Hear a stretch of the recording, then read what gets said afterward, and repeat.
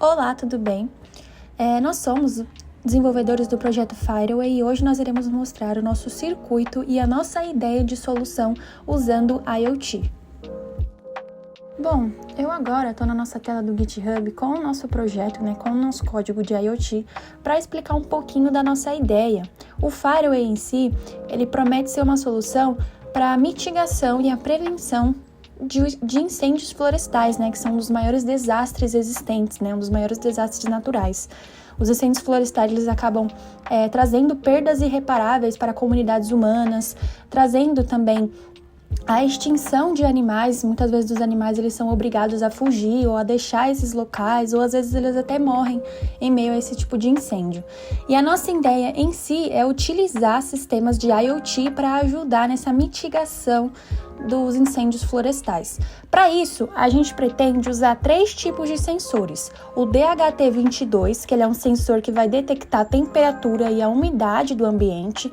Então, ele vai ajudar a gente a ter uma noção, de se aquele ambiente está com condições, por exemplo, para ter um incêndio florestal de acordo com a temperatura. Então, se a temperatura aumentar muito e a umidade cair muito, a gente já entende que tem uma maior propensão de haver esse tipo de desastre natural naquela região. A gente também pretende utilizar o MQT-135, que ele é um dispositivo que em si ele vai identificar a presença de gases tóxicos, como o dióxido de carbono, que vem da queima de materiais. Então a gente já vai conseguir entender ali se está tendo realmente uma ativação de fumaça. Tendo essa ativação de fumaça, a gente meio que tem a comprovação de que está tendo um incêndio. Então, temperatura alta, umidade baixa, identificação de fumaça, a gente já consegue entender que está acontecendo ali um incêndio naquela região. Além disso, além de ter essa mitigação, essa prevenção de incêndios florestais, a gente pretende também ter uma ideia se naquela região está tendo a detecção de algum movimento de animal, de pessoas naquela região, para que a gente consiga ativar um alerta para ela. Então, esse sensor, que é o PIR, ele faz essa detecção de movimento através da radiação infravermelha. A ideia do PIR em si não é, por exemplo, está acontecendo um incêndio florestal naquela região e eu só vou avisar para pessoas que estão exatamente naquele ponto do incêndio. Não, porque a pessoa já está vendo que ali está tendo incêndio.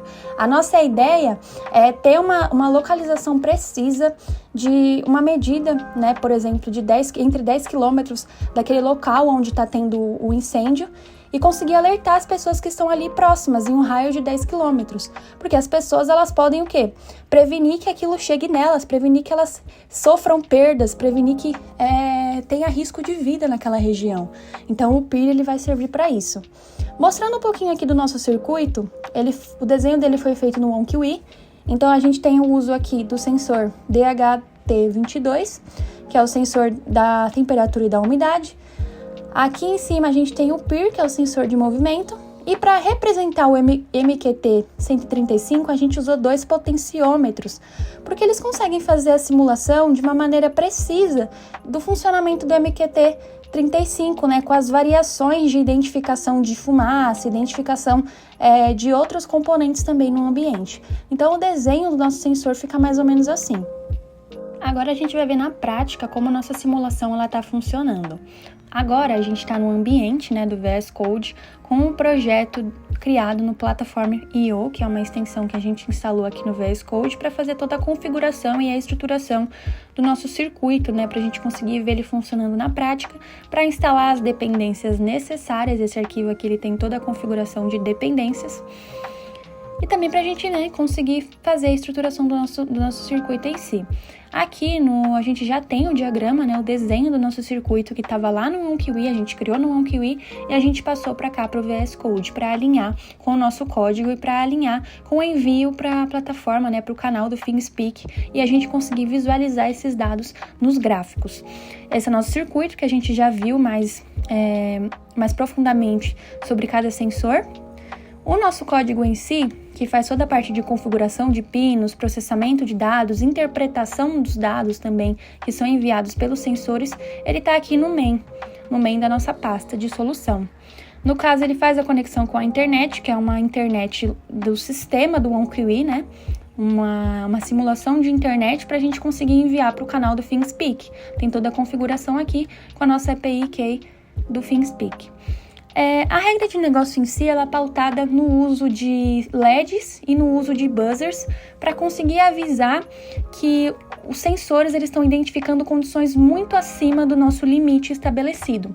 Não somos nós que estabelecemos esse limite, são estudos e são casos, estudos de caso que mostram que, por exemplo, condições prévias de um incêndio na região, eles são pautados no aumento da temperatura, na queda da umidade e também no nível alto de fumaça detectado. Aqui a gente faz toda essa configuração que eu acabei de falar. E quanto ao nível alto da fumaça, a gente tem mais ou menos um limite que o MQT 135 ele detecta. No caso, mesmo a gente usando o potenciômetro, a gente manteve a mesma lógica, porque na verdade é a mesma lógica do MQT 135 e do potenciômetro. Eu vou explicar mais pra frente sobre os níveis desse sensor de fumaça, mas no caso, só para entender, quando ele passar de 500, a gente já dá um alerta de que alguma coisa, né, já tem uma condição prévia para aquilo estar acontecendo, para o incêndio estar acontecendo naquela região. Bom, vamos fazer a simulação em si, vamos ver se está funcionando, vamos ver se está enviando os dados para o canal do ThingSpeak e se está gerando a visualização para a gente. Aqui é só a gente apertar no Start Simulation e ele já vai startar. Vamos ver o primeiro dado que ele vai enviar, não vou mexer ainda em nenhum dado do sensor. Ele já inicializou. E aqui ele já fez um dado com uma temperatura, uma umidade e um valor do sensor de fumaça. No caso, o sensor de movimento, ele só vai realmente detectar o movimento, se ele está high ou se ele está low. No caso, ele está low, então ele não aparece nenhum dado aqui. Aqui eu já vou simular um movimento. Vamos mudar a temperatura e a umidade, vamos aumentar um pouco essa temperatura e vamos cair um pouco a umidade aos poucos. Aqui a gente pode ir aumentando aos poucos o nível de fumaça, mas ainda não está uma temperatura tão alta para ter uma condução nesse nível. Mas ó, ele já detectou aqui um valor de sensor de fumaça, certo? E aí eu posso ir aumentando, vamos aumentar mais a temperatura, cair a umidade. Aqui já passou dos 30. Movimento detectado, valor do nível de fumaça. Isso foi o dado que a gente fez anteriormente, ele demora um pouquinho para processar.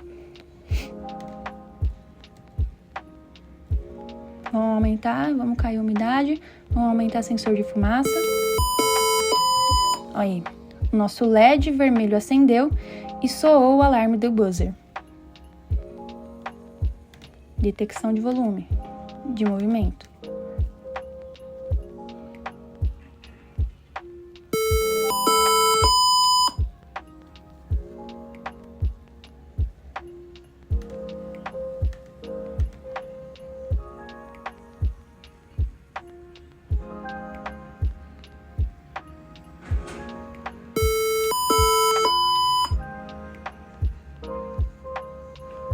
Certo? Então a gente conseguiu ver um pouquinho dessa simulação que ele consegue fazer. Vamos dar uma olhada lá no nosso canal do ThingSpeak para ver se esses dados estão sendo enviados para lá corretamente e para a gente conseguir ver essa visualização, né? Ele está soando aqui certinho. Bom, e esse é o nosso canal do ThingSpeak. Como a gente pode ver, aqueles dados lá da nossa simulação, eles estão sendo dinamicamente mostrados nesse mapa, né, mostrados nesses gráficos, e a gente consegue ir vendo as variações, né, variações de temperatura em graus, umidade, sensor de fumaça e de movimento. Como a gente pode ver, o de movimento sempre vai ser 0 ou 1, 1 detectou movimento, 0 é sem movimento, aqui ele vai variando, né, em todos os outros ele vai variando o valor, né, mas como a gente pode ver até então, o máximo de temperatura que nossa simulação, né, registrou foi 60 graus, a umidade em 50, fumaça em mais ou menos 3.000, né, enfim. O movimento, como eu falei, 0 e 1, então ele vai mostrando essas variações e é muito interessante a gente perceber que está funcionando essa comunicação entre a nossa simulação e os nossos canais do ThingSpeak. Bom, apenas para a gente entender quais são os níveis de cada sensor e ao chegar em que nível aciona o alerta ou aciona o nosso buzzer, a gente precisa conhecer os níveis que são estipulados pelos sensores na realidade mesmo, né? Começando pelo MQT 135, que no caso, como eu falei, ele foi simulado com potenciômetros, de 0 a 500 é um nível baixo, um ambiente normal, De 500 a 2000 já é um nível médio, ele já detectou ali a fumaça. Então, no caso do nosso circuito, quando dá 500, acima de 500, a gente já aciona o buzzer e já aciona o LED vermelho. Acima de 2000 a 3000 já é um nível muito alto, já é realmente uma situação de perigo, já é um nível mais extenso de incêndio naquela região. O sensor DHT22, que é sobre temperatura e umidade, abaixo de 30 graus, situação normal, acima de 30 graus ou igual a 30 graus, a gente já aciona o alerta. E conforme a umidade for caindo, a gente consegue visualizar isso, né, pelo ThinkSpeak. A gente já tem ali um nível certo de que, tipo, condição certa para ter um incêndio naquela região. O sensor de movimento, como eu havia comentado, é 0 ou 1, low ou high. 0, nenhuma movimentação, 1 movimento detectado. E aí pode ser pessoas, animais ou outro fator que esteja fazendo o sensor detectar isso. Mas basicamente, entendendo essa estruturação, o nosso README tem todas as informações necessárias para entender e para interpretar os dados de cada sensor no. Bom, mas de onde que a gente tirou essa ideia de que se a gente acionar alarmes, acionar luzes, a gente vai conseguir afastar os animais daquelas zonas de perigo, né, com focos de incêndio? Bom, a gente se baseou em evidências científicas que elas demonstram cientificamente que estímulos luminosos, estímulos artificiais como luzes, sons, ajudam na dissuasão de animais selvagens. Tem várias comprovações na área de manejo de fauna que aplicam esses estímulos e eles conseguem afastar os animais de zonas críticas, especialmente próximas a áreas urbanas ou de outras infraestruturas que são mais sensíveis aos animais. Bom, a nossa estratégia ela também se baseou em um projeto criado por um jovem Maasai. Inclusive, esse projeto saiu em diversas revistas, tem até uma entrevista muito interessante que fizeram com ele sobre isso, que basicamente esse jovem, ele mora na Quênia e ele tinha muitos problemas com leões, né, com animais selvagens que atacavam as vacas e a fauna que eles produziam, né, que ajudava eles na produção de alimentos. Eles atacavam e eles acabavam ficando sem nada, e até também ataques a seres humanos presentes nessas comunidades. Então ele criou um sistema de luzes que aciona e afasta esses animais, afugenta esses animais para que eles não ataquem pessoas e não ataquem o gado deles. Então esse tipo de projeto foi um alicerce para a criação da nossa estratégia do Faraway.